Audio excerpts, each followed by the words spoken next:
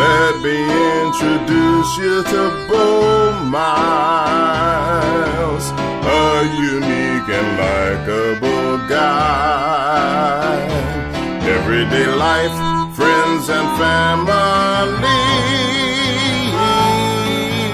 makes up the artist's dream.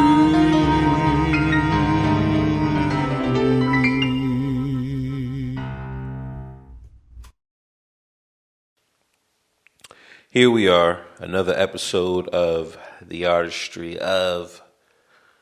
I am your host, DJ Bo Miles.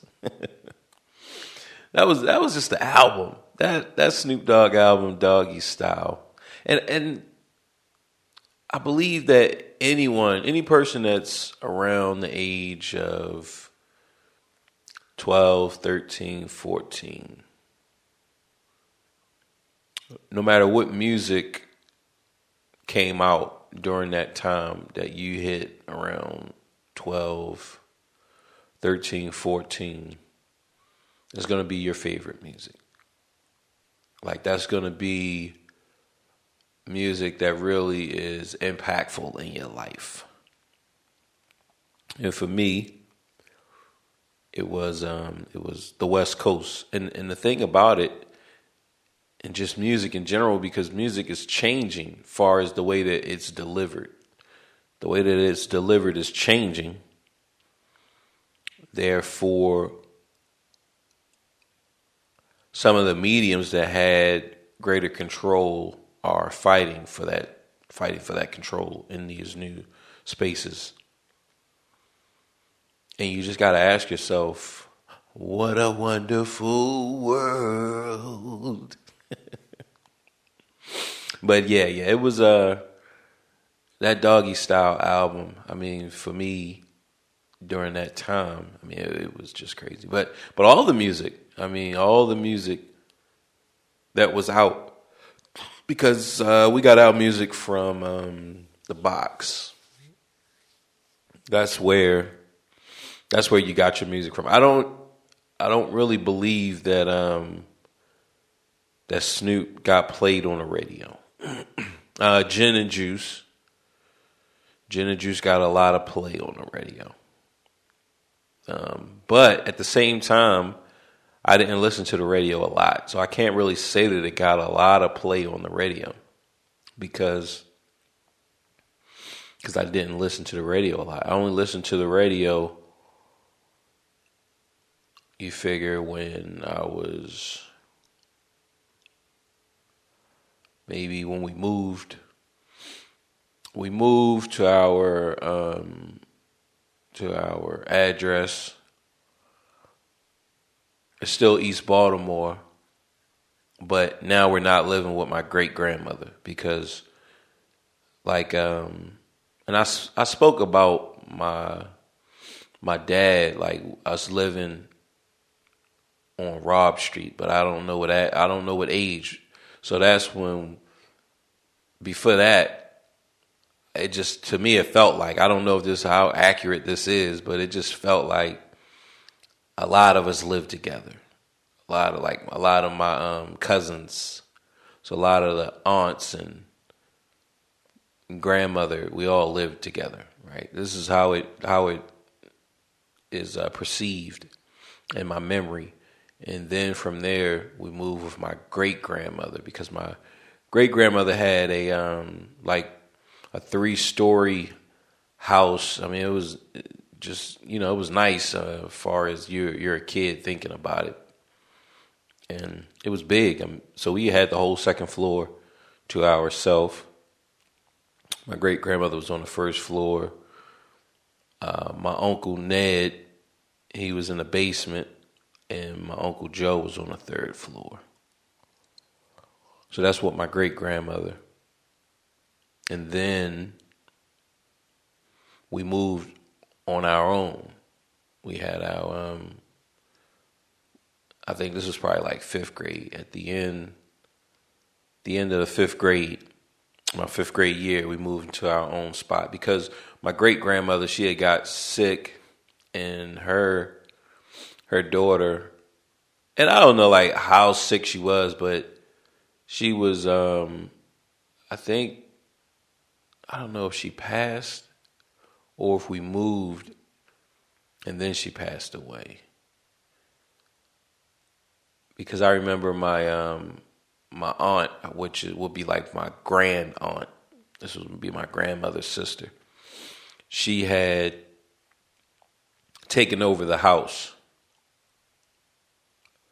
So she had taken over the house, and we moved.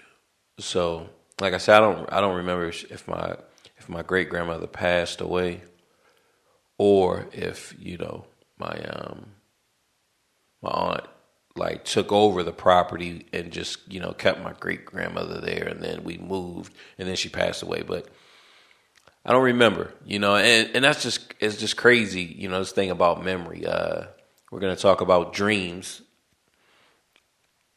but the radio part of it, I don't really remember listening to the radio at when we were in my great grandmother's house.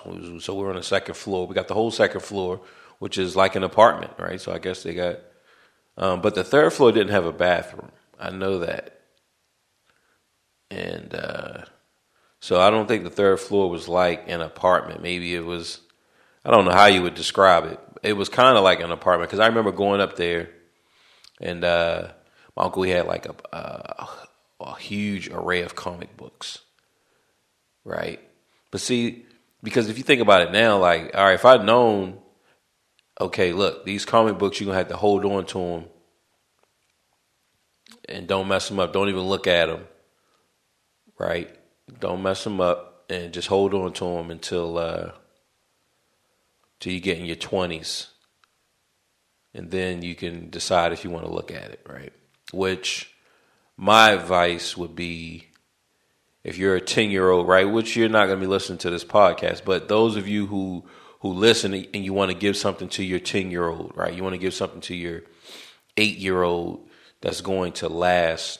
I would say that you have to put it in, you have to like put it in some type of storage.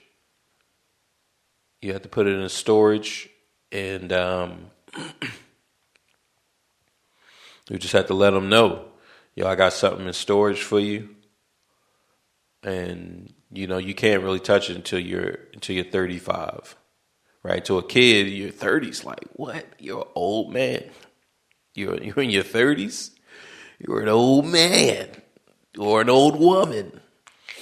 But now you're at a point. But see, like I said before in another episode, certain people mature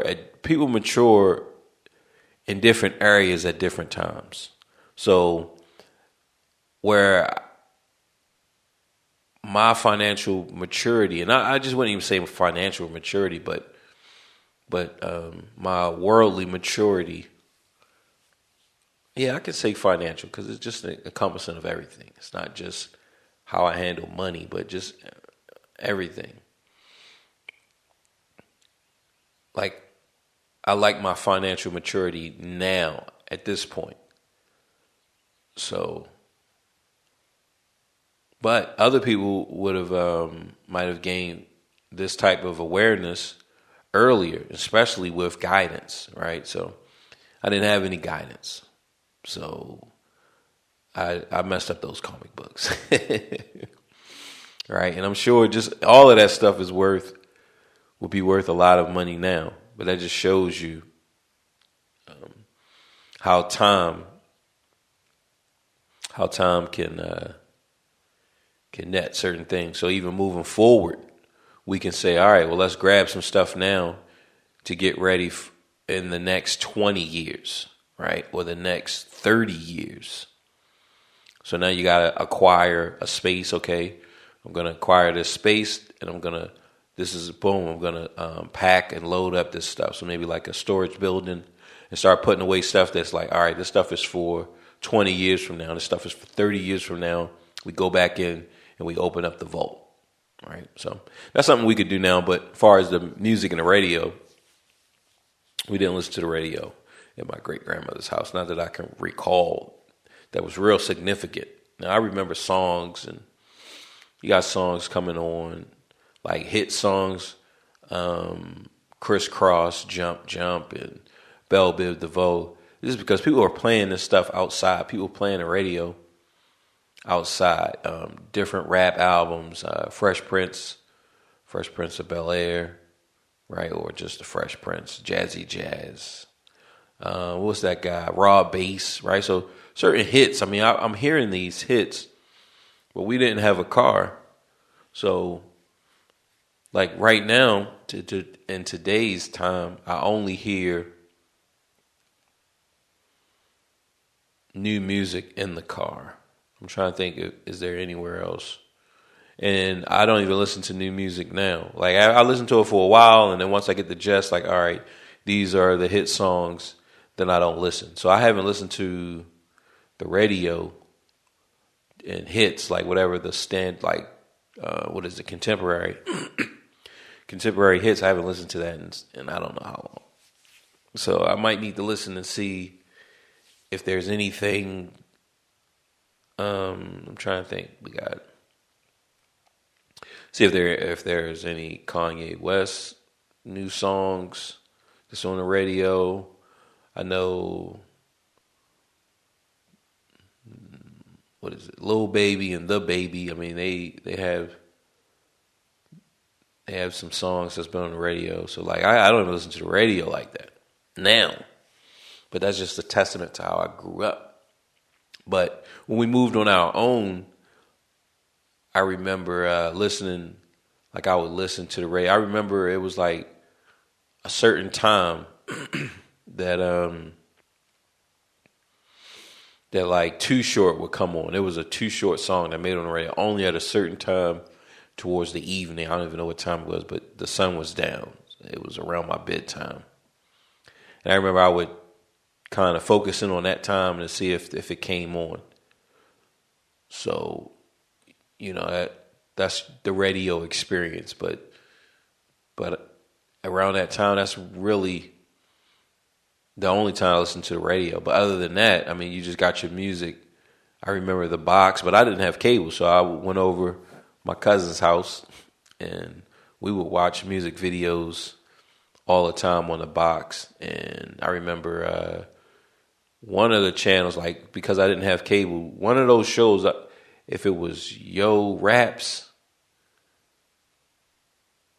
it was something where it was like, this is before BET, and like Tigger and all of them would be on, right? Big Les, Big L, Big Les, she was on it. So I don't know if that was Yo Raps or what, but there you got, I remember the deep cover, and I talked about that before, but the deep cover video when the first time I saw that, and I just remember like NWA, you know, just like little hints and dabs here and there, but nothing compact, nothing that you got consistent, just a consistent force. So now you look at whoever kids that are in between those impressionable ages, and how they're getting music, but they're getting music, they're tapped in 24/7. So if you really like music and music videos, I mean, you can just go 24 hours of it.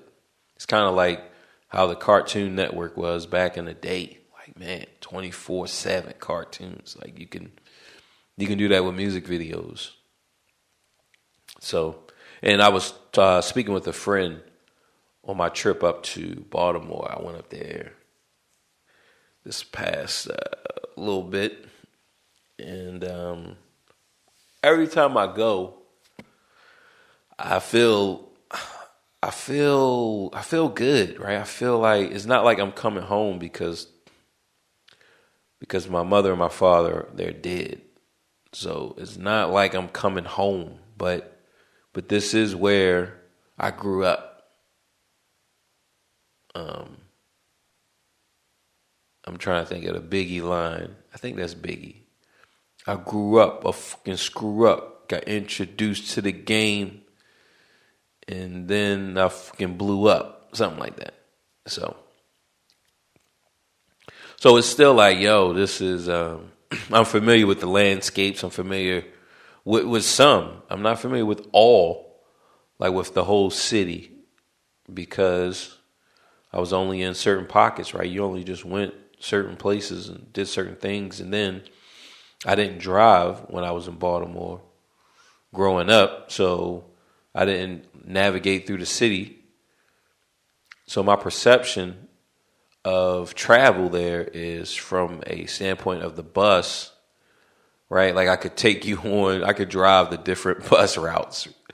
So it's crazy. Like, yo, this was gearing me up to become a bus driver. If I would have stayed in the city, I could have became a bus driver because I got on the bus so much and I used the public transportation system so much. I knew it so well that it would be like, yo, this is what I grew up to do. This is what I was destined to do. I've been exposed so long. I knew how to get certain places, and I knew the different routes and the different lines, and I knew the different times. So, I mean, it's just crazy. Like, that's what I was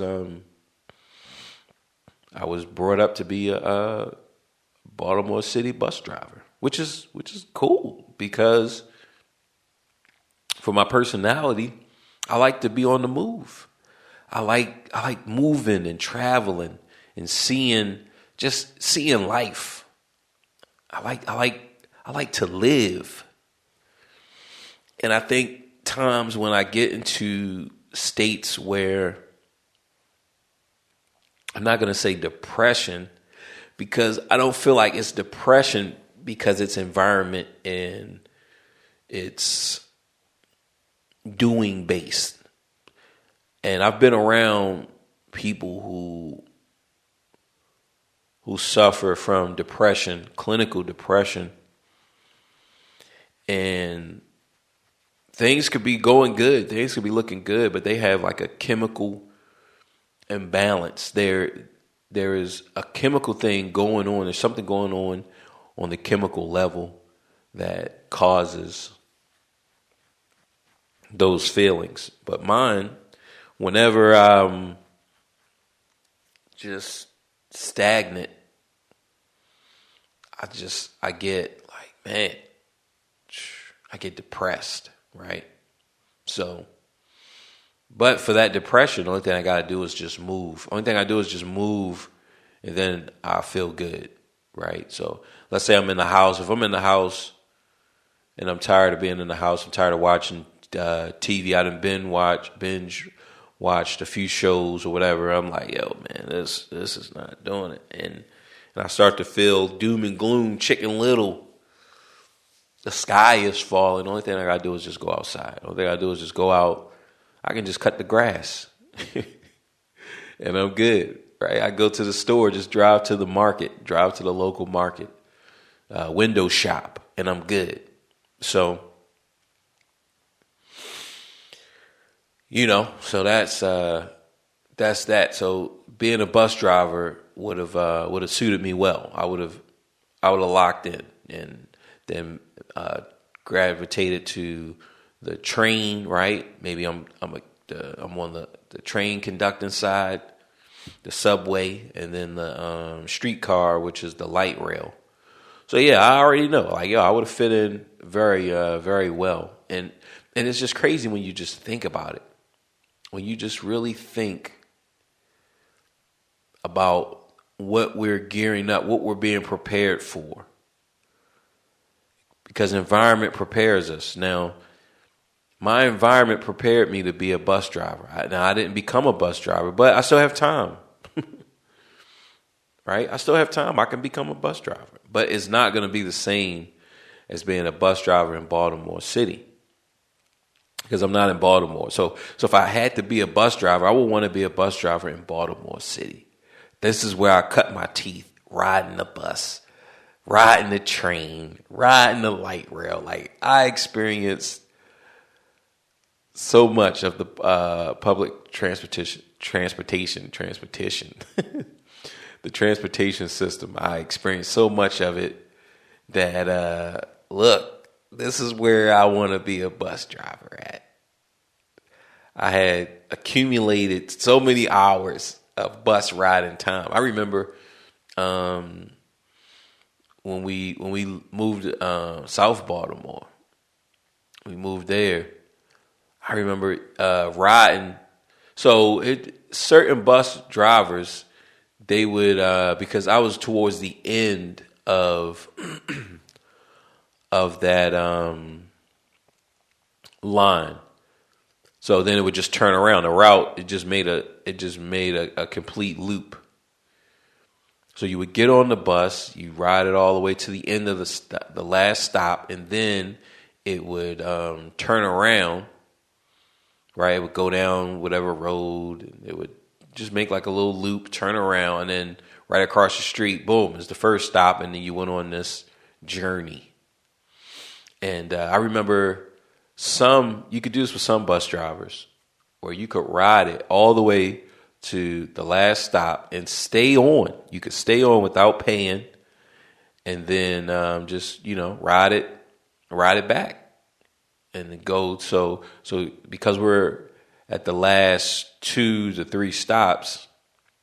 Let's say you was going in the opposite direction. You just get on, especially if it's cold.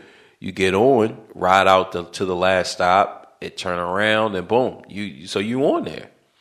And I think some of the bus drivers they enjoyed the company. They enjoyed the company, so they would let you do that. Now some would make you get off and pay again. So then, therefore, you're like, all right, well, I would just wait for it to come back around, right? So those were the dickhead bus drivers,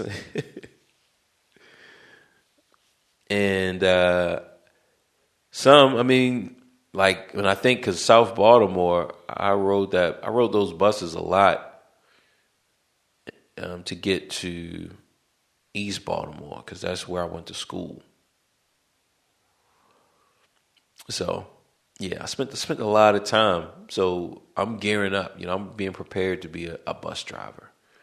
But then there's so many other professions that people are interacting with and seeing and getting really close and spending hours as an apprentice and don't even know it. Didn't even know it. I mean, it's just crazy. Right? Like, all right, I'm a musician. And now that I can't even call myself a musician. I just can't. I'm not a musician. I'm just a human that's just living and just experiencing life.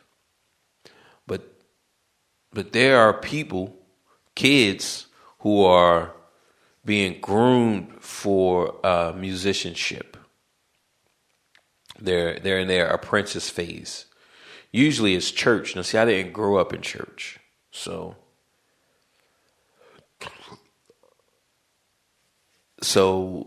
I couldn't get that apprenticeship, which I tried. Like I remember I wasn't opposed to church as a young kid, but my parents, they didn't go, so I didn't go.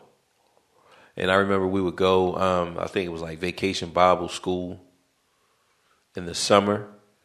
They would do it for a week.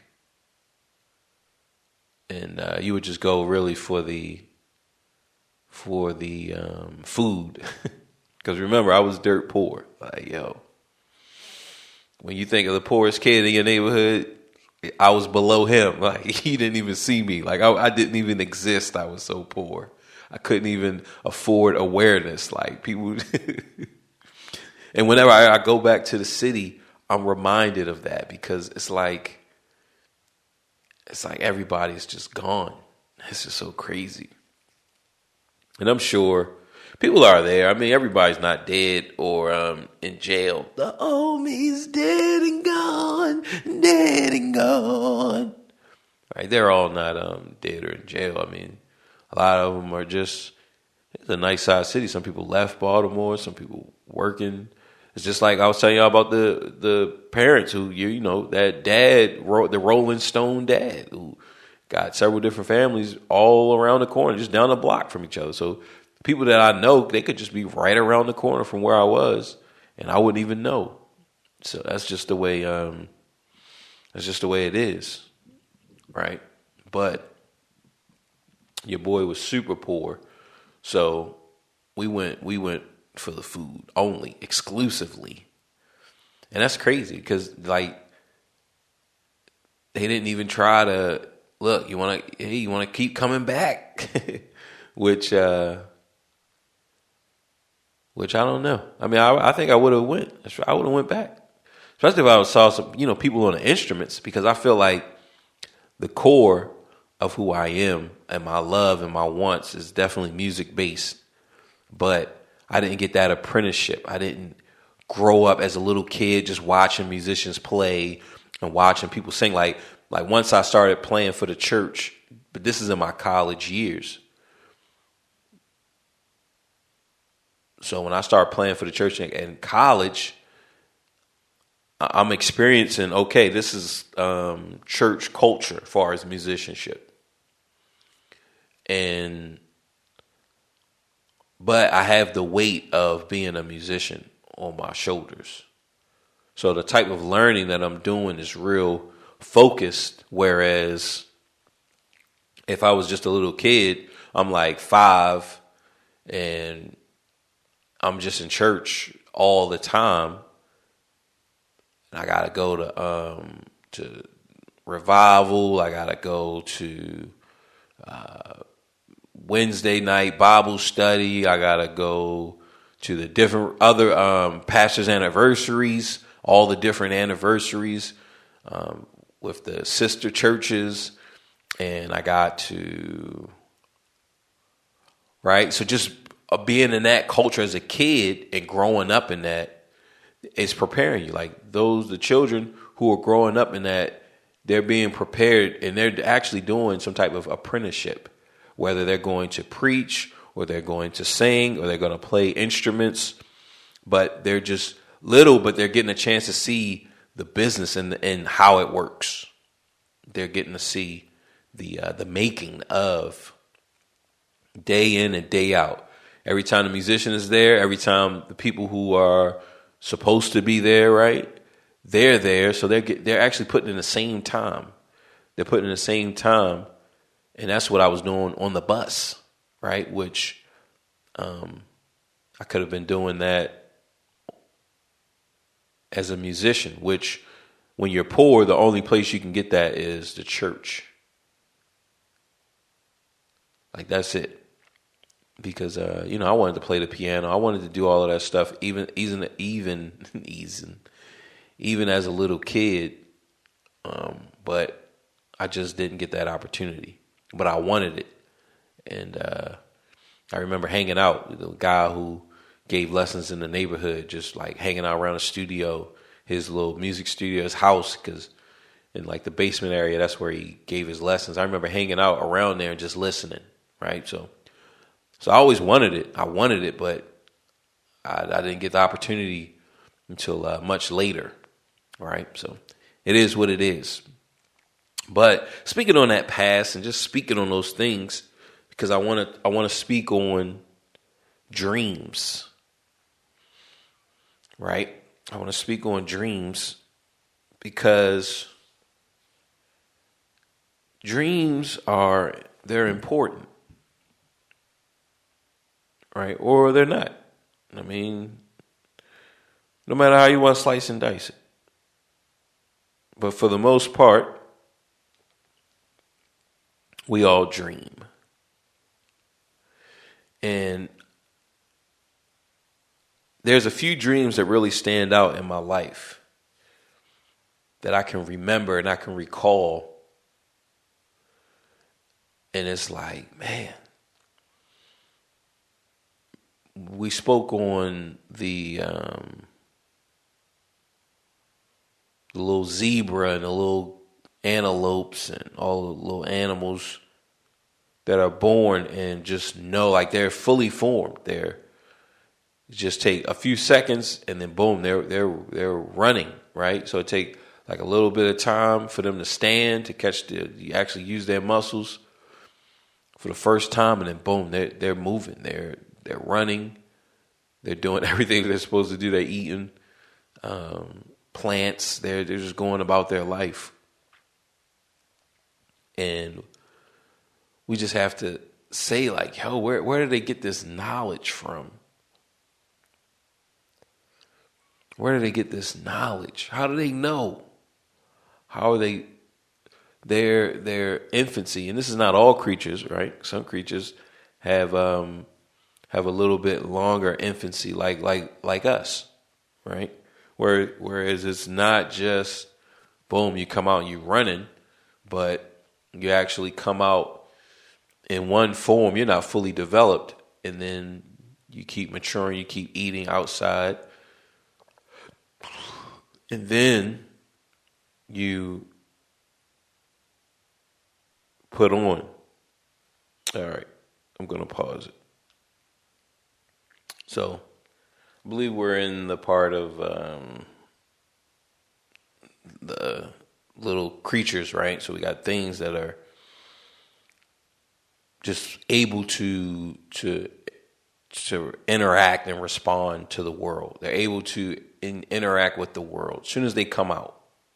And other things, mainly humans, like we have a longer process before we're able to actually interact with the world on our own, right? We're dependent. And I believe that that's a big part of why children, I believe that dreams are a big part of why those animals are able to do that. I believe that that's a huge part on why those animals are able to do that. It's because they're actually dreaming, right? Now, this is to say that dreams are a simulation, like a preparation, a loading screen of what's to come. Now, my dream, I don't really remember which dream is going to be first, but I remember when I think about my dreams, the most impactful dreams are going to be like nightmares. I remember having a lot of nightmares when I was little. Now, my dad, I mean, this could be because we watched horror movies, but a lot of those horror movies I watched with my face covered. Right, it was just too intense for your boy's young mind. Like the '80s special effects was just too intense. It was too real. What is it? Serbia. I can't think of the guy's name. He's like one of the chief leading. It's only two of them. I believe it was like two like groundbreaking special effects guys back in the 80s. And it's not to take away from anybody else because, hey, we like to follow. So we have a leader and then everybody likes to follow. That's just humanity. So it was just too much, right? But I remember like just nightmares on Elm Street. I mean, it was just crazy. It was just crazy. It was crazy. Hold on. So yeah, so those dreams, so the nightmares, right? The nightmares, they were very influential, like a big part of my life. And like I was saying, those like before, when I think of as a 3-year-old, as a 2-year-old, I don't remember those dreams at all, right? Unless it was a nightmare. But I don't really remember the nightmares like that because I wasn't really watching horror movies and horror shows as a 2 and 3-year-old. So just speaking it out is kind of interesting because I'm able to see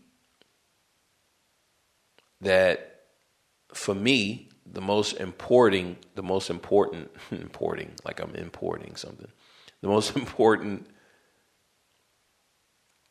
dreaming aspect is the fear and the training aspect of dreams.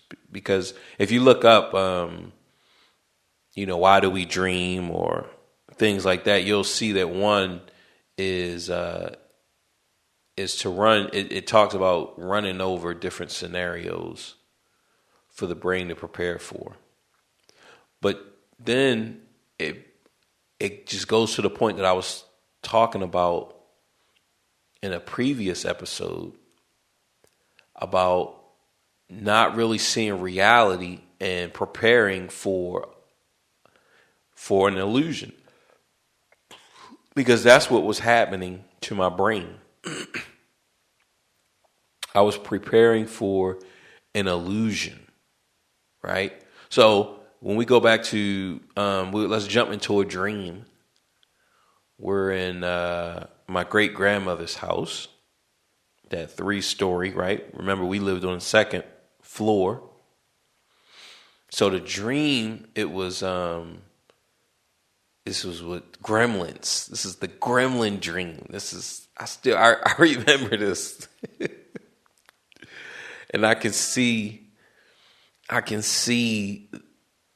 that the house, the stairs that we had, like leading up from the first floor up to the second floor, like that, it was like a nice little wrap around, and you can look down and see the hall, and if you're staring down from the top of the stairs from where our apartment was, or our living space, if you're looking at it from there, then my great grandmother would be on the left. She would be on the left, and if you just continue straight, then that would lead you outside the house. And then you would have right in that hall, you would have another sliding door. You would have a sliding door that went into to the living room area, right?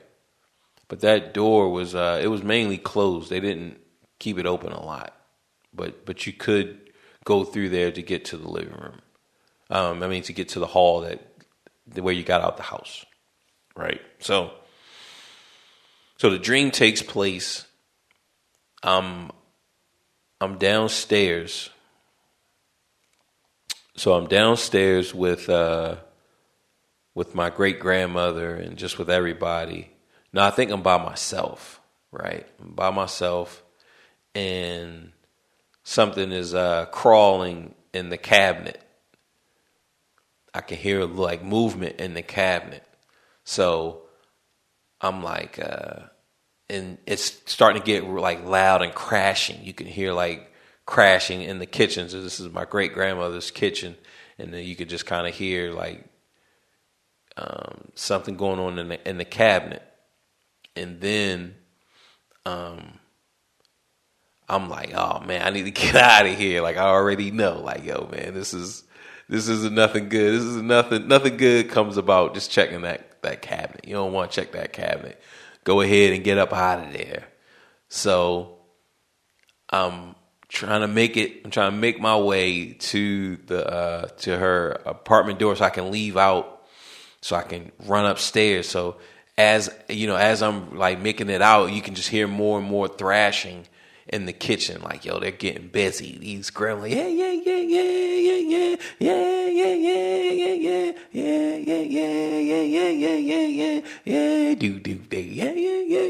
right. So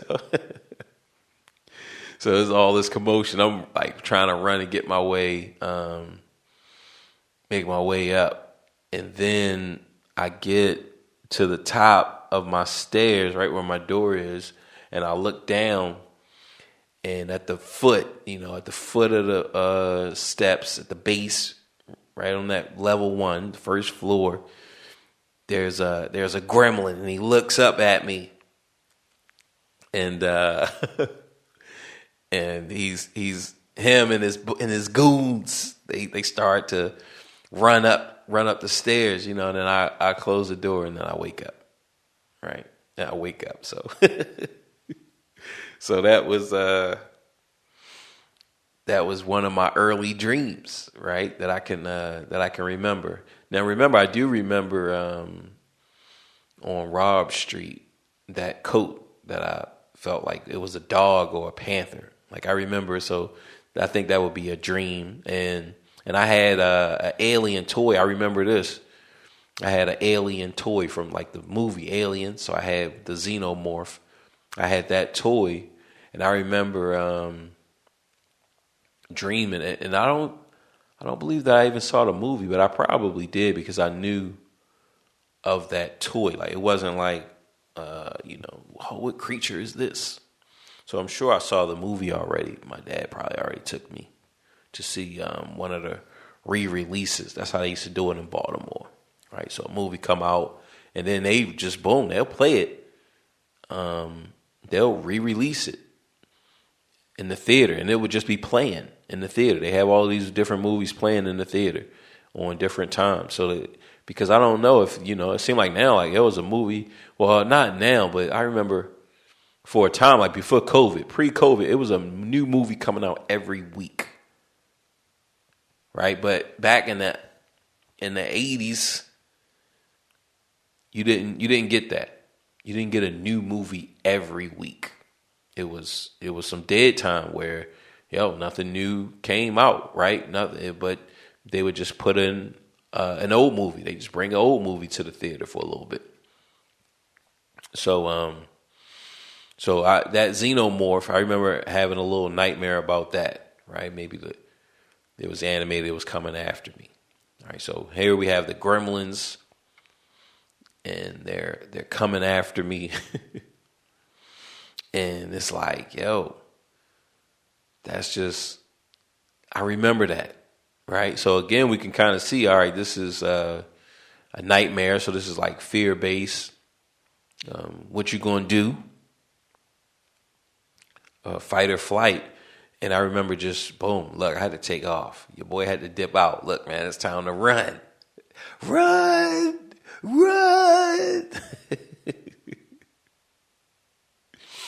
And it's crazy because even as a kid, I mean, just those, like whenever you got confrontation, as a little tyke, it was like, yo, run!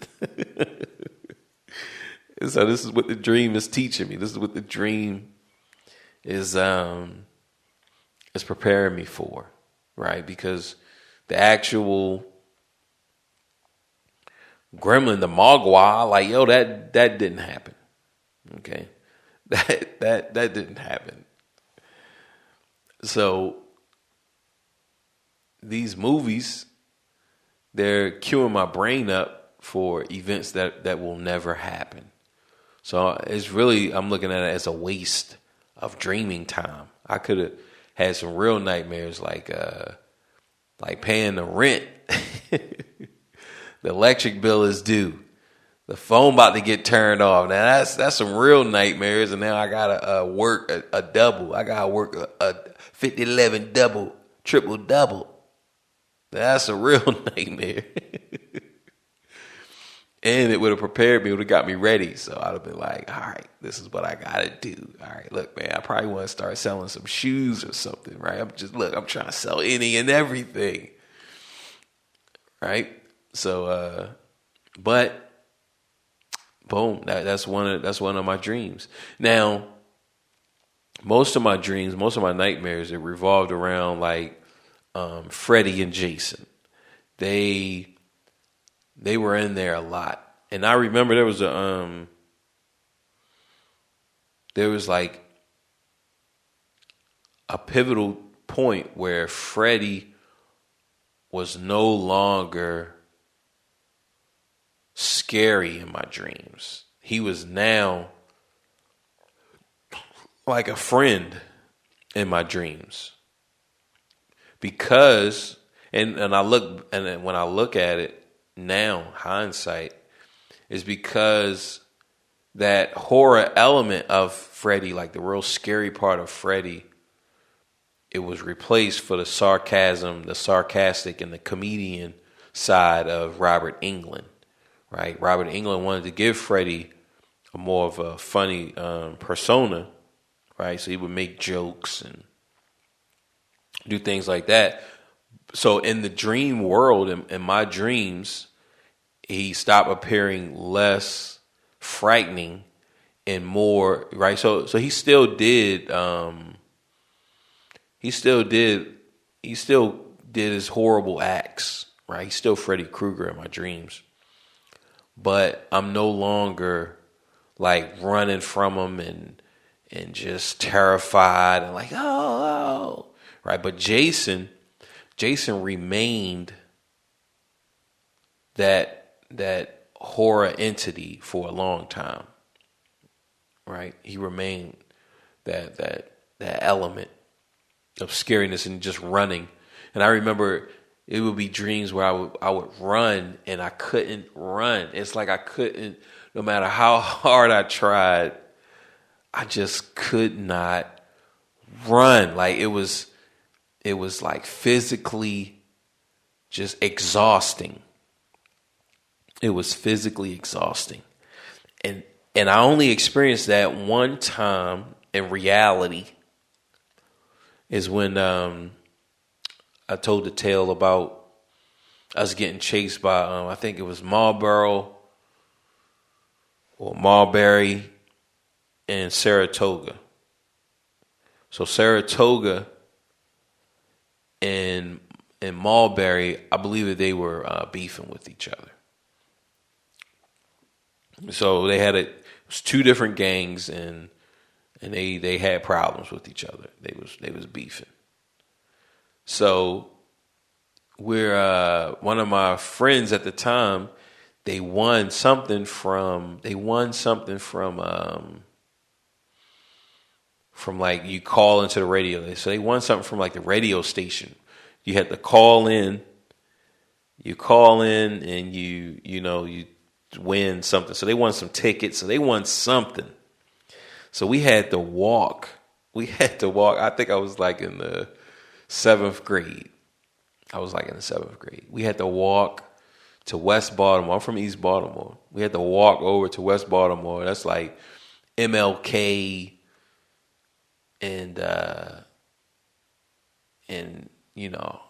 Chris Rock said it like, yo, any city though, if you're on MLK Boulevard or MLK Street or like, yo, man, get away from there. Like, yo, man, that's not a good place to be. And that held true in Baltimore, right? So we're up around there, we're walking, and I believe that, eventually we make it to get these tickets or to get the prize or whatever. We get there, we get it, and then on the way back, it's dark, right? It's nighttime. So we're walking, and this gang, we cross one of these streets, and this gang sees us. I mean, there's a whole bunch of them. I mean, it's dark, right? It's dark, but we can see that there's a bunch of goons. Like, yo, man, they not playing out here. And they was like, get up! I remember we just started running, and it was Moose. It was Moose, Melvin, Kareem, me. I don't know if it was somebody else, but I know Moose and Melvin, me and Kareem. I remember like that. It could have been somebody else, but I don't really remember. And so we run it, and it's just a straightaway. And it was just terror filled. Like, oh my God, I just knew they was going to just beat the life out of me because I already knew of gangs who beat people to death. Like, this is already established as reality in Baltimore, right? I told you guys at the time, Harford Road was beating up this guy. This was me and my dad. We walk. I'm probably like 6, 7. My dad. We going to the check cashing place, and we're walking to the check cashing place, and Harford Road is beating up this guy. They're beating him, and some lady, I don't know, I think she was white. But she probably was white. But she could have been black, but I think she was white. Because I think any black person, like, you would have to been just rich for you not to get into this business. Like, you just had to been born rich from another country, and you just come here for you to be black and to get up in this Kool-Aid and you don't even know the flavor. Like, oh no. So this lady tries to, stop. Why don't y'all leave him alone? Or whatever. She's, pleading. And they just start beating her up.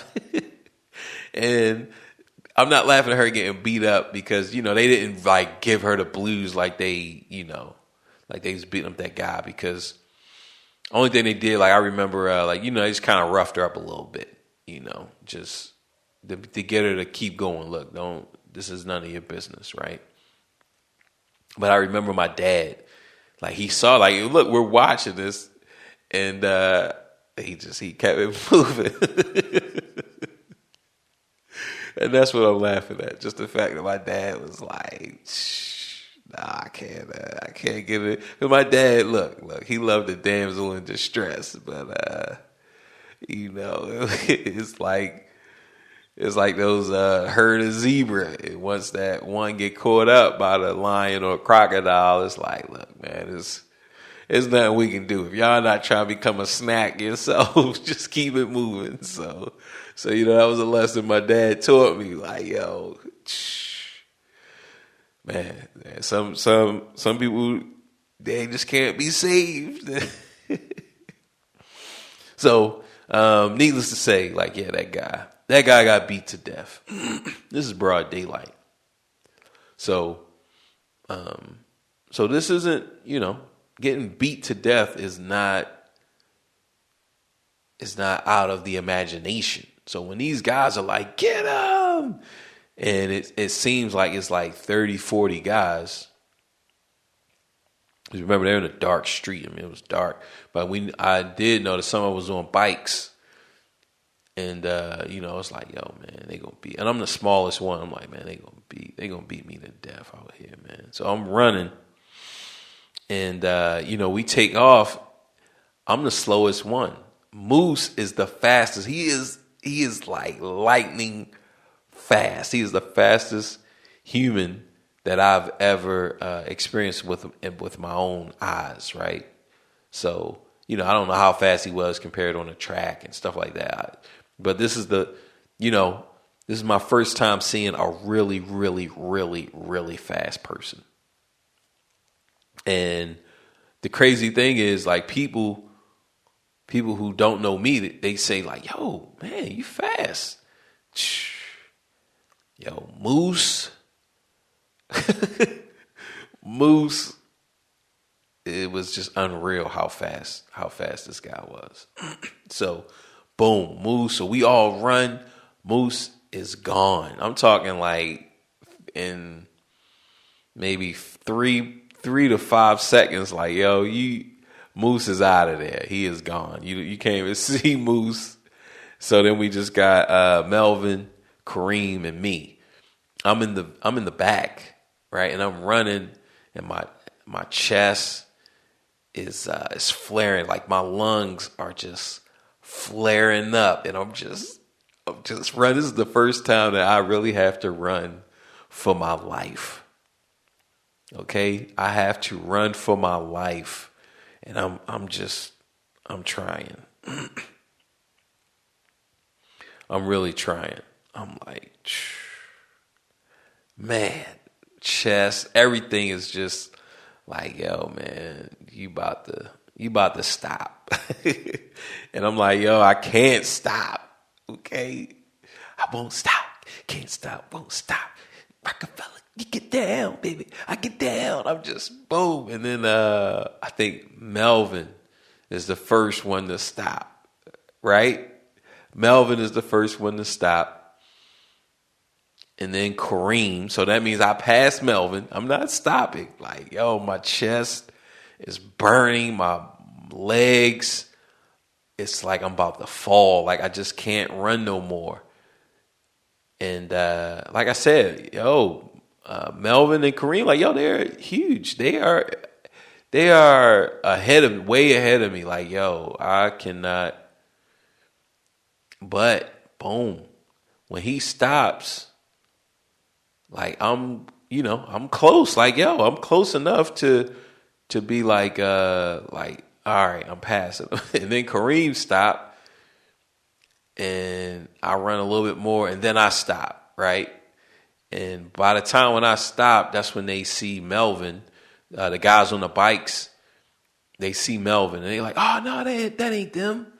And they know Melvin, they know Moose and Melvin. So they, I'm still terrified because this is still like, this is still a part of the city that we don't come to. I've never been over here, but I think Moose and Melvin lived over there. So they're familiar with him, and they was just chopping it up. Hey, yo, and the gang come up and see us, and it's all good, and we're good to go. And then we walk back and we make it to downtown, and then we make it back, East Baltimore. So we was good, but that was the first time that I actually felt like, yo, I can't run no more. Right?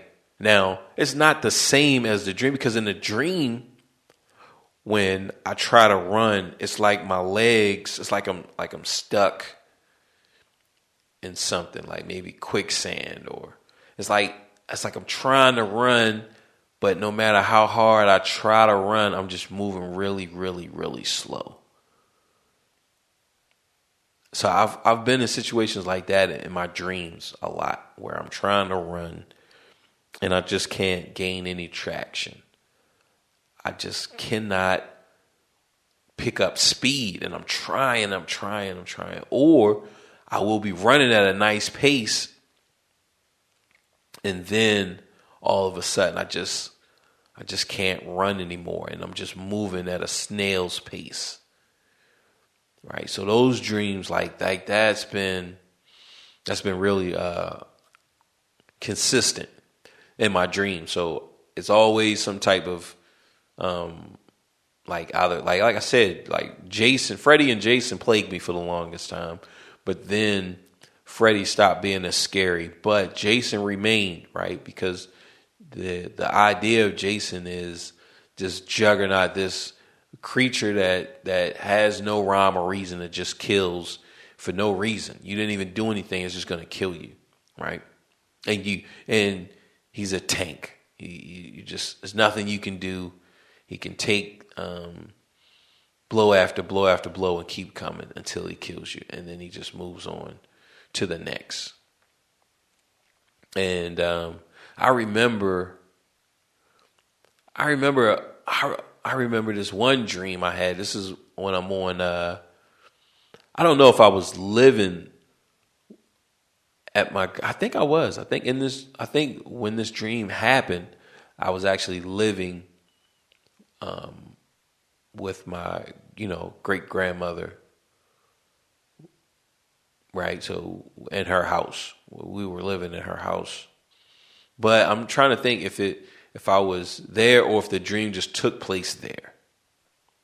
But I'm on the steps because I used to be on the steps a lot.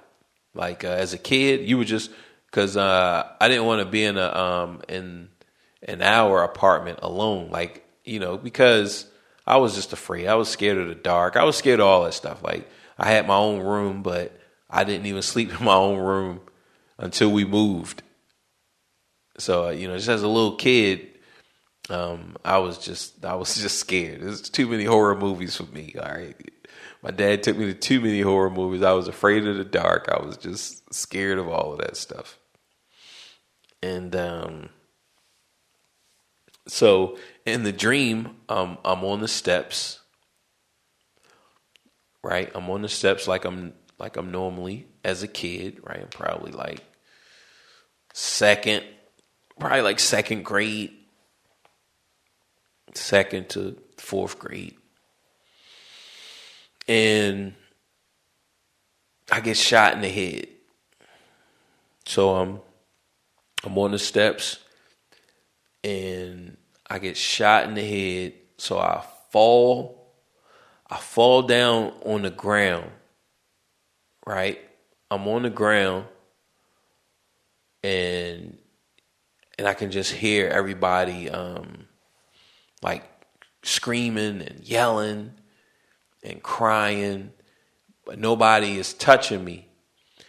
I'm on the ground, so like my eyes are on, like it's like I can't move them, but they're like focusing on the concrete. But I'm laying on my side, from what I could tell, just from the view that I'm in. I'm on my side, and like I can't move my eyes, like I can't see out my peripheral, like I can't move them to kind of check some of that, but I can see full range of view far as your eyes can see, right? But I'm slumped over, and just more and more, I can just hear people. I can just hear people just, screaming and crying, and I'm just on the ground, just boom. And like I can see a little bit of like I can see like a little bit of like a little pool of blood from my field of view, but for the most part it's just I'm just laying there. I can't move, I can't do anything, and I can just hear, just a commotion going on around me, but I can't react, I can't do anything. It's like I'm just paralyzed, and like that's it. And I'm just stuck there. I'm just stuck. That's it. Right? But I'm aware. I'm conscious. But like my brain is conscious. But I'm stuck. Now, I believe that I spoke on when I got stung by a bee. I just don't remember when, but when I got stung by a bee, like my different systems started to shut down. So like, what is it? Respiratory, I think that was like my last one. But like my vision started to shut down. Digestive system, right? So boom. I was in the tub, so it wasn't like I just shit all in my pants or something. But your boy did shit in the tub, right? Which my parents cleaned it up. But I remember, like, so I'm laying in the tub because I told my dad, I didn't feel well. We didn't even know what it was. Like, if it was, I didn't even know that it was the bee that did it, because I got stung by bees before. So this wasn't like I never been stung by a bee. So I need to say like, yo, I got stung by a bee. So as all of those systems are shutting down, and but I remember that, right? So my point is that, so then that dream about me getting shot in the head, that had to happen before I got stung by a bee, because I believe the dream would have reflected reality. It would have reflected what little bit of reality that I knew, that would have been reflected in my dream. Right? So what was happening in reality when I got stung by a bee is all my systems started to shut down. Like all that stuff just started to shut down on me. I was like, I was dying. So in reality, like my dad, he gets me to the hospital. They hit me up with like some fluids or whatever, trying to, counteract what's going on. And so I'm starting to get all of these hives on my body. And eventually, and I remember like my breathing, it was getting harder and harder to breathe. But what was happening is I was starting to get hives on the inside of my body as well, and then that was going to close up like my little airway, and maybe they would have to like give me a trachea or something like that. But once they was like kind of hit me up with different fluids, and then they was like, my dad kept saying like, don't fall, it's like, yo, don't go to sleep, and so I was trying not to go to sleep, and I made it. It was crazy, but they was asking, what happened? Like, what happened? I got all these hives on my body, and I'm telling them pretty much a little bit about what's going on, and then I say, I got stung by a bee, and let's see, I'm trying to look because I used to still have the mark where I got stung. Like, and this was like 8, maybe 8 or 9 when I got stung by a bee. So I was like 8 or 9. I'm looking, see. I know it was like right around here. Your boy hand is dry. Drazaskis. So let's see. I don't see it now, but I used to like you, and I'm sure it's somewhere. I just haven't looked. So yeah, I think it's like right here. But yeah, I think this is the mark. It's crazy. It's like Jupiter, Jupiter getting hit, and it has those marks. But this is the only bee sting that I like. I still had that mark even after the sting. All right, because usually when you get stung, you don't really have a mark. But this one, I mean, it's crazy. It's like, yo, like this thing almost killed your boy. So it was. I still had that mark, and I still it's barely there. You can kind of see it, right? So you can kind of see it, but for the most part, you can barely see it.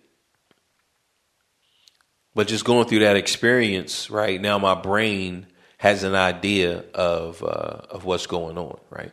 And the doctors even said it, like, yo, you was like, luckily we got, we figured out what it was, and we start to hit you with whatever, to counteract that, the poison or whatever. Like, yo, luckily we got it because, like, yo, you was about to die. So just with them saying that and me relating all of that and that whole experience to, like, yo, you was about to die. Boom, now my brain knows, okay, like, yo, this is the sequence. So now, yo, we can incorporate this in the dreams, right? But when when I got shot in the head, in this dream, this was before then, because like I said, like I fell over. So it wasn't even, I got shot in the head first, like, yo, I don't know if it was a straight bullet. Like, I don't know if it was just somebody coming to kill me or what. Like, I don't know. But I just remember, boom, just falling. Like, and I knew that, like, when I got shot, like, I kind of, like, I knew that I was shot. It was crazy. Like, just as a kid, this is the dream, right? Because I had already experienced somebody, people getting shot, people being murdered, and the commotion and what happens after that, right? Like, I had already experienced that as a kid. So like I said, I got stung when I was probably 8 or 9, so this would have had to put me at 6 or 7, so it's probably 7 years old, right? So I had already experienced somebody being murdered and just the commotion that happens after that. So then, boom, I'm sleeping. Like I said, I have my dream, whatever, later. After those type of incidents, because, you experience that stuff early. Who knows the first time, you experience something like that, right? As far as the commotion and everybody outside and they just, you got somebody yelling and just girls and people crying and the ambulance not even there yet, right? I don't even know how low was the first time for that, but I told you about our first dead body that we actually came up on to actually see. This has been dead for days now, or at least since last night, right? So that was the middle school dumpster, but yeah. So that was a real impactful dream. Like I remember that dream very well. I remember that dream. And moving on to another dream is this dream. Now, I tell this dream sometimes, right? And the way that I tell it, because, this is about dreams, so going into this story that this is a dream. But the way I tell it is if it's not a dream. So then when you find out that it is a dream, it's like, it's real funny, right? It's like, oh man. So it's just helps me practice like my storytelling abilities, because you guys know I love Christopher Nolan. I love Ridley Scott. So, I try to implement those elements into a story whenever I can. Just those mind-bending elements. I really do. So this is a dream. So you're going to hear the story as if it is a dream, because that's the episode, right? But this next impactful dream, this was a very impactful dream. I remember this dream very well. It's Christmas, right? This is Christmas, and I wake up. It's Christmas, and I wanted this Bigfoot, right? I wanted the Bigfoot toy, the remote control car, Bigfoot. I wanted that, and it's like that's all I wanted. I just wanted this remote control Bigfoot, and I'm just, I'm telling my dad, I'm just, this is what I want. It's just this Bigfoot you see in the commercials, and back in the 80s, I mean, that was like the breeding ground for selling toys. Like if I had to be a toy maker in any time in history, look, man, give me the 80s, because look, it's go time in the 80s to sell some toys. So we want this Bigfoot. I wake up and I got Bigfoot, and I'm playing with the Bigfoot. I'm so happy. This is like, man, I'm so freaking happy. I'm just playing with it, and I'm just having a good time, and I'm just like, just enjoying that remote control car. This is my best Christmas. This is my favorite gift, the best Christmas ever. I got batteries. I got this Bigfoot remote control car. I got some other stuff. I mean, it's all good, but the Bigfoot is the number one gift. And then I wake up again. And I don't have the Bigfoot. And I remember trying to go back to sleep. I remember laying back down like, as soon as I woke up and I saw that, it was just a dream and I didn't get the Bigfoot. I remember trying to lay back down and tap back into that dream. Like, man, let me just play with that Bigfoot in my dream. Like, let me just get a couple of hours, get the whole session in. Look, hell, let's just take it outside for a spin. It's a dream, so then traffic gonna be light. So that was another impactful dream. But that makes me remember I used to always have these dreams within a dream. And that's crazy. Now I would guess I would have to look it up and to see, what are the experts saying about dreams within a dream? These different levels of dreams, because I've experienced 2 levels to where where I wake up and I realize that I'm still in a dream, right? So I'm in one dream level, one dream world, and I wake up and boom, now I'm in this other dream world, in this other dream level. And I remember one time I was like running from the zombies or something, from like Night of the Living Dead or Return of the Living Dead or Dawn of the Dead. And I'm running from these zombies. And I remember thinking like, yo, wake up. Wake up. Like, I remember being aware, like, yo, I'm in a dream and I need to wake up. Like, yo, wake up, wake up. I mean, it's just, it's just crazy. Like, yo, what in the world? So usually, again, right, we got these different levels of dreams, but those multiple level dreams for me were they were like horror dreams. It wasn't like I was with this girl and then I woke up and I'm with another girl and then I woke up and I'm with it. Like, yo, it's a triple fest. You feel me? It was a full course meal, right? I had the appetizer, I had the main entree, and then I had the dessert. So it wasn't like that, okay? None of my multi-level dreams were bon appetit. Okay. So I didn't get any of that. I don't know why my brain never hooked me up. Okay. Like, yo, brain, I'm talking to you now. Like, yo, man. Yo, that wasn't cool, brain. Like, yo, you could at least, after all those nightmares, multi-level nightmares, you could at least gave me one bon appetit. Okay. You could at least just one. Just appetizer, main entree, dessertsies. But leading on to the more carnal side of the dreams, this is DJ Easy Bo do do do do do do do do do do do do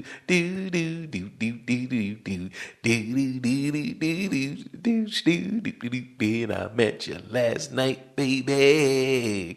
Before you open up your gap.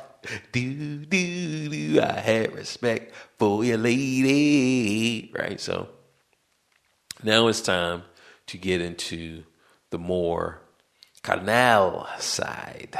All right, so my first, this isn't the splish splash. Okay, this isn't splish splash. That didn't happen until later. But this is like my first. This is like my first carnal dream. Okay, this is T-Rex loving right here. All right, this is lay your head on my pillow, do do do, and just relax. Right. So this is the girl that I liked from first grade, just my whole elementary year, right? Years, plural.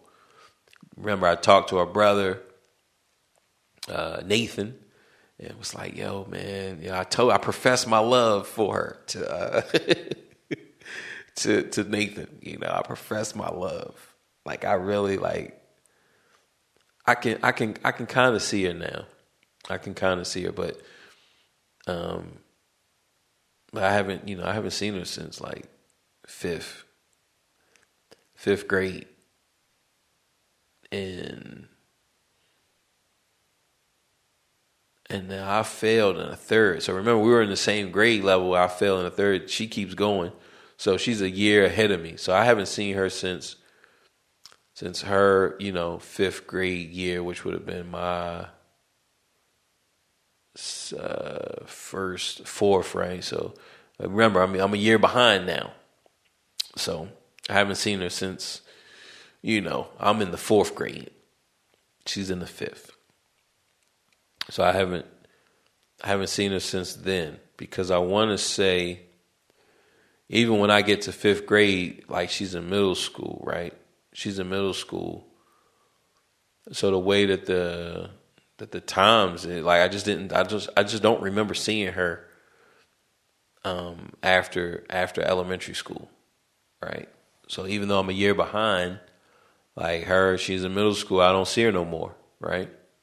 Even though we live down the street from each other, because like I want to say by that time I'm in the house a lot. I'm trying to think and maybe a lot of it has to do with that, I would never date a boy like you again, or I would never date a boy like you, right? So I think that had a lot to do with me just avoiding her. And that following year, right? So I think that had a lot to do with me not seeing her because after she left elementary school, I didn't see her again, right? And I really didn't think of her face, even though I told that story before. Like I didn't think of her face again, right? Like even when I tell the story, I don't think of her face, right? But in this dream, me and Mrs. Jones, Mrs. Jones, we got a thing going on. We gotta be extra careful. Right, so even in this me and Mrs. Jones dream, like up until just this point, I never thought about her face, right? But I can see her face, like I can vaguely see her face, like it's crazy. It's only like a few girls from the elementary school that I remember. I remember their face, right? It's only a few of them, like my handful. My handful is a lot smaller than you guys' handfuls. All right, so in this dream, this happened. So this happened in like the fourth. I don't know what year this dream happened, but I would just have to say that it happened before middle school, right? This is like one of my young type dreams. So I'm either fourth grade or fifth grade, right? So third, fourth, or fifth. And this is a good dream because it highlights something. So in the dream, me and this girl that, my love, I profess my love. Tonight, I celebrate my love for you. So in this dream, she becomes my girlfriend in this dream. And we have to cement our love in body language. So I'm ready. Seems like you're ready. Seems like you're ready. Girl, are you ready to go all the way? Do, all the way. It seems like you're ready. Right? So, look, I'm ready. And I remember when I go, so I want to say that she was naked. Right. I want to say that she was naked, which I've seen naked girls as a little kid. Right. I want to say that she was naked. But when I go to touch her, she turned into cardboard. She turned into a cardboard layout. Look, you can't make this shit up. Okay. So I don't even think I was naked because, like, I'm a kid, so I don't really even know what I'm doing. But Now this shows you that I don't even know what a person feels like. Right? Now, yeah, I wrestled boys. But I never at this age, like I never touched a girl, right? And like a girlfriend, because I had like girl cousins, and I don't even remember hugging people. Like, and of course, like aunts would hug me, but I really don't remember touching any of my girl cousins. As far as like pushing them or wrestling them or shoving them, like you didn't do that. Like you knew not to be physical, with girls. So I want to say at the time of this dream, I never touched a girl. So in this dream, when I go to touch her, she turns into cardboard. Like my brain turns her into cardboard. Like what in the world? Like out of all the things that it could have turned her into, it turned her into cardboard. Now this could be foreshadowing. This was foreshadowing, because we all know that she would never ever date a boy like me. She would never go out with a boy like me, right? So we know this now, but at the time of the dream, I didn't know that, and I didn't know that that's what that dream meant. That it was foreshadowing that look, you will never touch her. You will never know what she feels like. And your closest thing to getting her to touching her is a cardboard cutout. Like, yo, man, like that's crazy. Like, it really is. It really is crazy when you if you just really sit and analyze all of that, right? Because like at least a pillow is soft, right? If she just turned into like a blanket or something, I could have draped her around me and la la la la la la la la la la la la la la la la. Or I could have like twirled and doo doo doo. I could have did all of that, but her turning into cardboard was like, it was like nothing for me to do.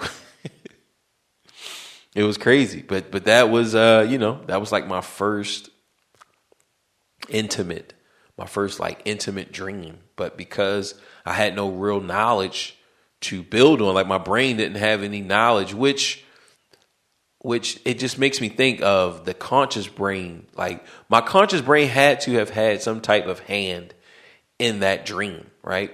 Because when we think about the Gremlins and we think about Freddy and Jason and the big wheel, like that Bigfoot remote control car, like I didn't have anything. I didn't have one remote control car to base that off of. So, all right, I'm looking at this commercial, right?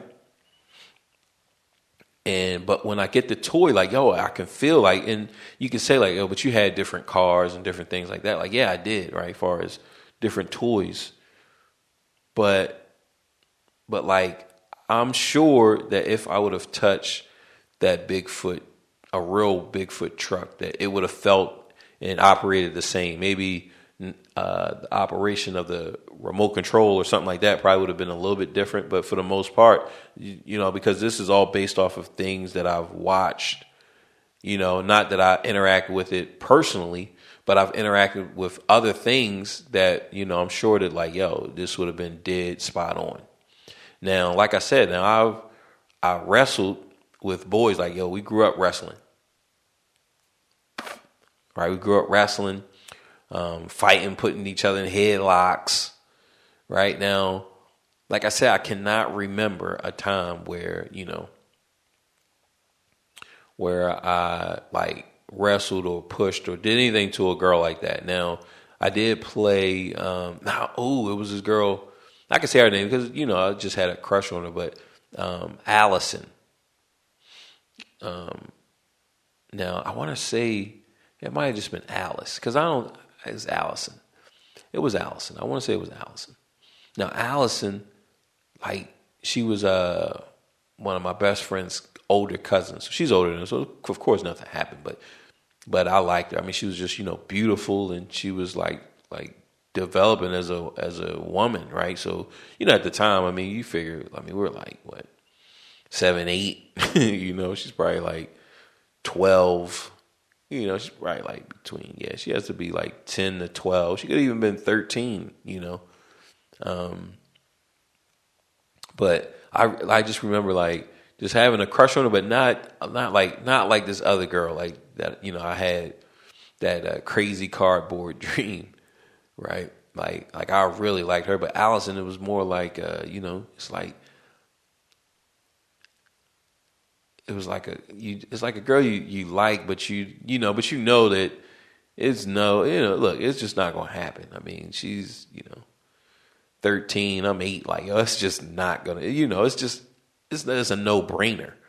Like this is not gonna happen. So there's just no need even like liking her beyond a certain point. That's how it kind of felt with her. And I'm sure that that she either like pushed or like something. It would have had to been something. And there was another girl lived across the street, and I know I talked about it before, and we played like house, and we did like other things where it was definitely some inappropriate action going on. So I would definitely question how she was brought up. Like, I was talking to one of my homies about it. Like, man, somebody had to have been creeping into her room or something. Like, she was just too advanced. That was the one she lied and said she had Mario 3. Right? So she said she had Mario 3, but just to, just so we could play with her. And she was definitely, she had access to Cinemax or something. Like, this girl was advanced, right? We're talking like 8, right? We're talking like 8 years old. So so I had experienced that type of stuff, but still, when it came to this one that I really, my, what is it? I'm trying to think of a song, but I can't think of, so many love songs, but my incomplete, my life is incomplete. Oh yeah. So that one, it was like, she, when I went to touch her, like my brain, it didn't register, any of the other contacts, right? The other things, because with that remote control car, even though I didn't have that Bigfoot car, I didn't, right? But it just seemed real. Whereas with this girl, boom, she just turned into cardboard. Like, like something in my brain just said like, nah, we not ready. Seems like you're not ready. Seems like you're not ready. Bo, you not ready to go all the way. Right? So we got that. And my actual Aquafina, right? That splish splash, we was taking a bath dream. That didn't happen really until after. And most people, they say that that what it happens. Most people, it happens when they're I think when puberty, around like 11 to 16, right? So let's see.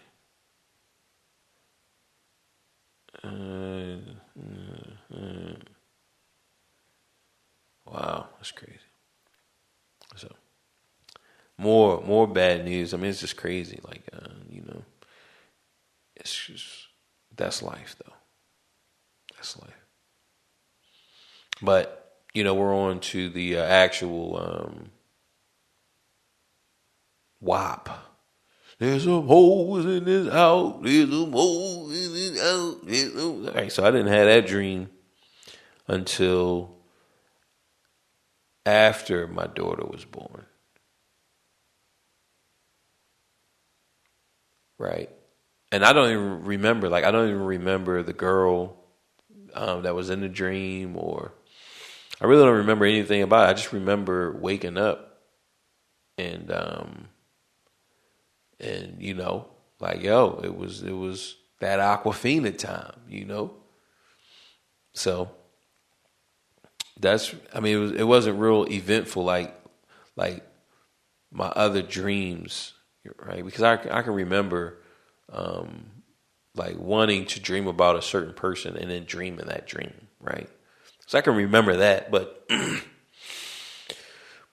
with this, I don't remember who it was to. I just woke up and I know that I was in the act. I remember I remember everything else but the actual dream, right? I remember getting up and I remember the feeling, right? I remember that feeling.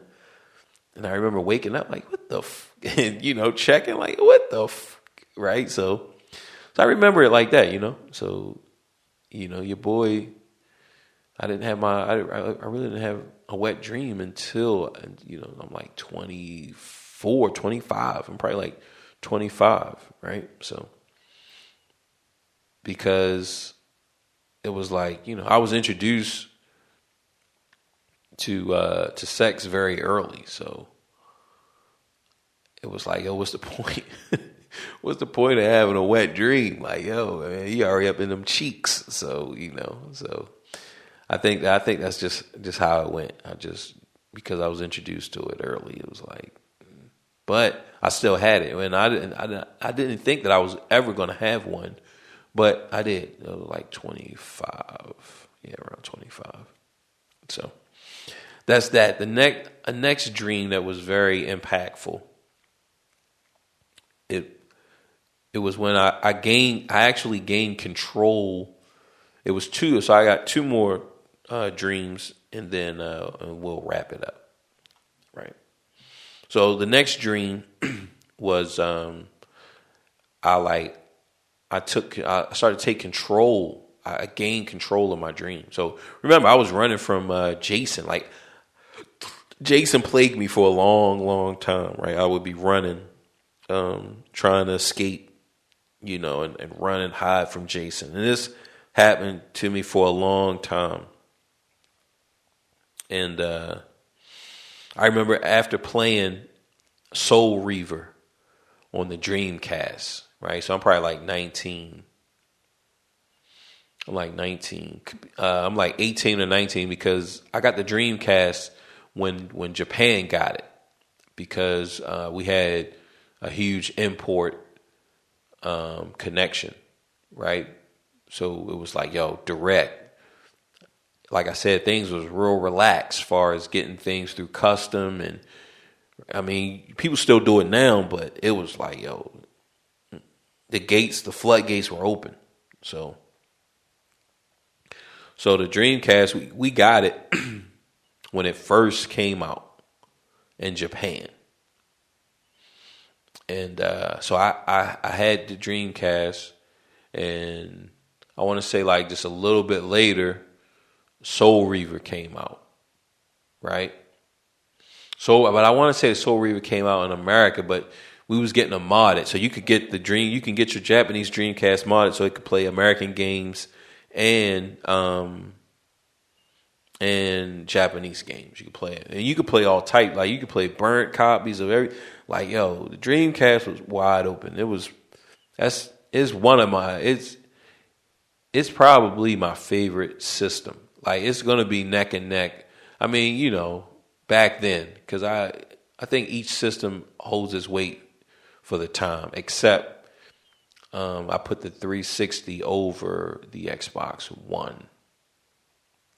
And it's too early to tell with the PS5 and the Xbox One X or something like that, which horrible name. But yeah, so we got the Dreamcast and we got Soul Reaver. Now in Soul Reaver, and I'm gonna I want to play it, but I really only want to play it on the Dreamcast, that Dreamcast version.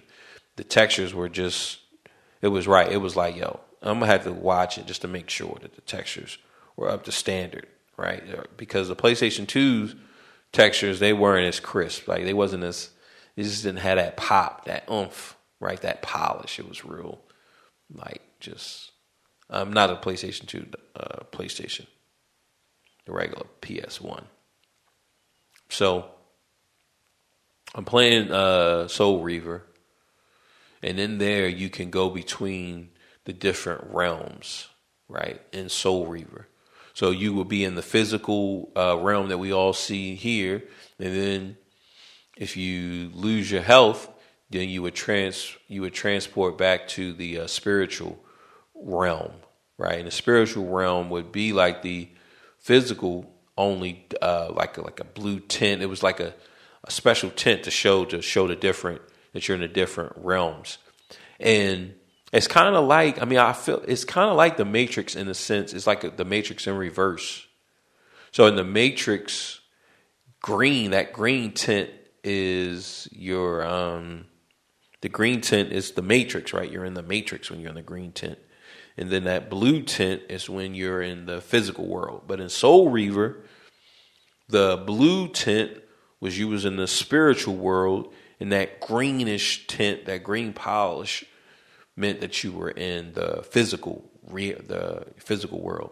And I feel like yo, that could be a dope ass movie. You know, if the right director, y'all know who I'm rooting for, Ridley Scott or Christopher Nolan. Look, let's just bring them both together, okay, and make Soul Reaver the movie, which it'll be tough because you got to do legacy. It's just, you know, I think it could be done, but we know how movies go and how movies get made. And if that first one flopped, then the second one will never see the light of day.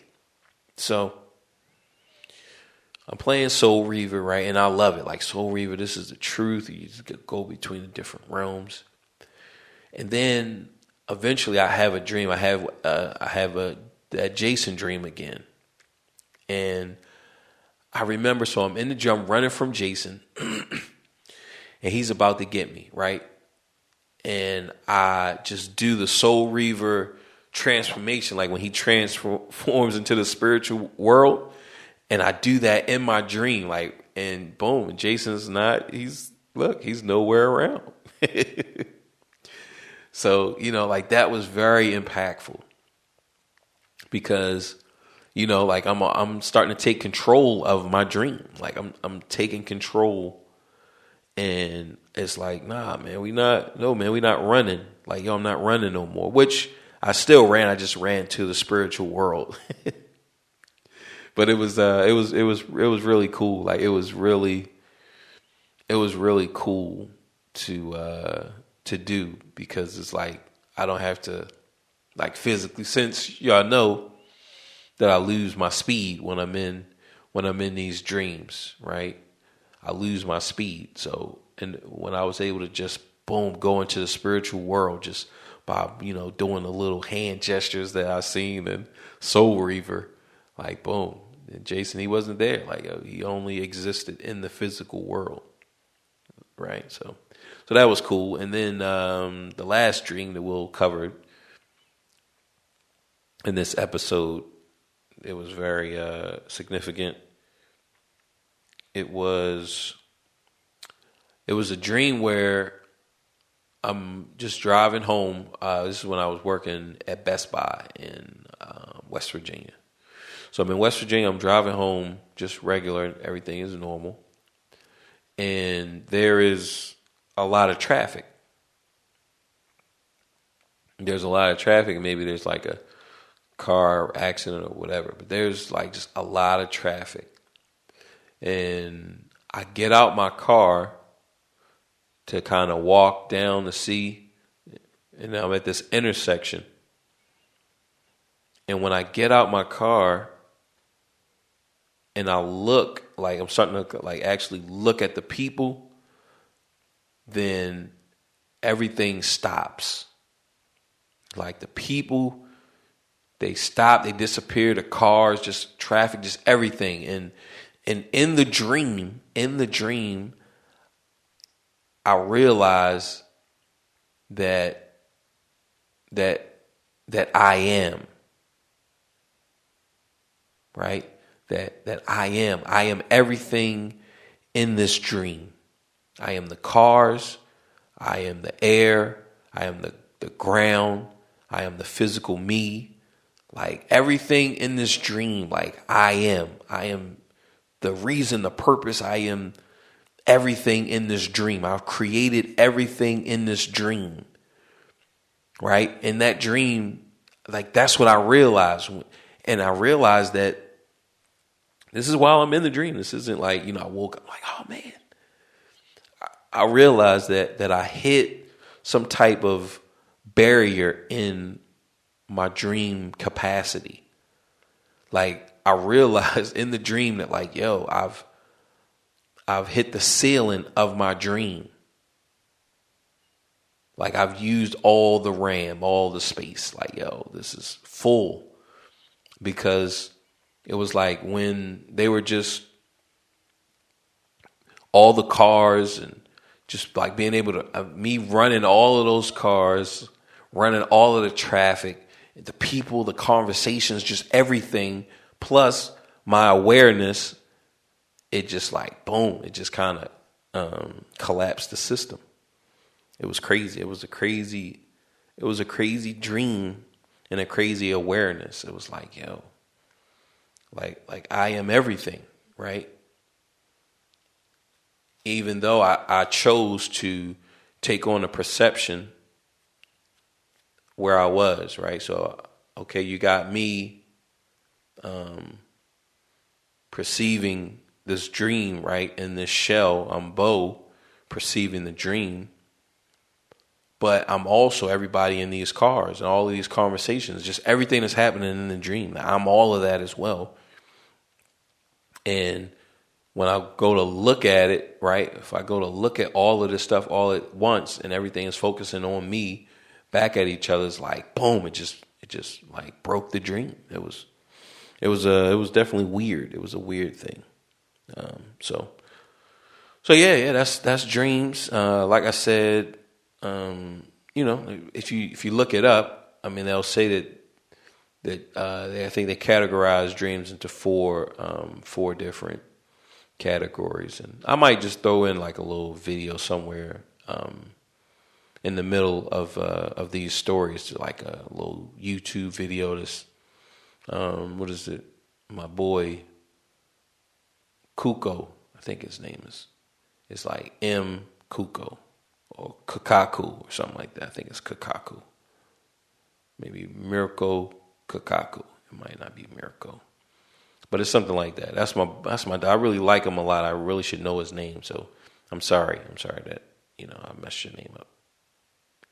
I'm definitely sorry about that. Let's see what we got here. All right, that's what's up. You can recognize. Yes, this is definitely a good guy here. So I might put that video in. I might not. I'm not really worried about it too much. To close it out, though, I do want to speak on like one little current topic, which I feel like is not like I can't say what we can't do, right? And what we shouldn't do. I have to accept who we are. So this is about Kanye and Kim. And so we got Kanye and he's doing his thing. Like, yo, he's being him. He's being himself, right? And like, yo, he's, he says like, he's fighting for his family. He's trying to take control of the narrative.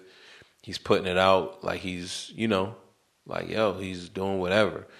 But if he wasn't famous, we would treat him different, right? Whether you think is good or bad or whatever. Like if he was not famous, we wouldn't treat him.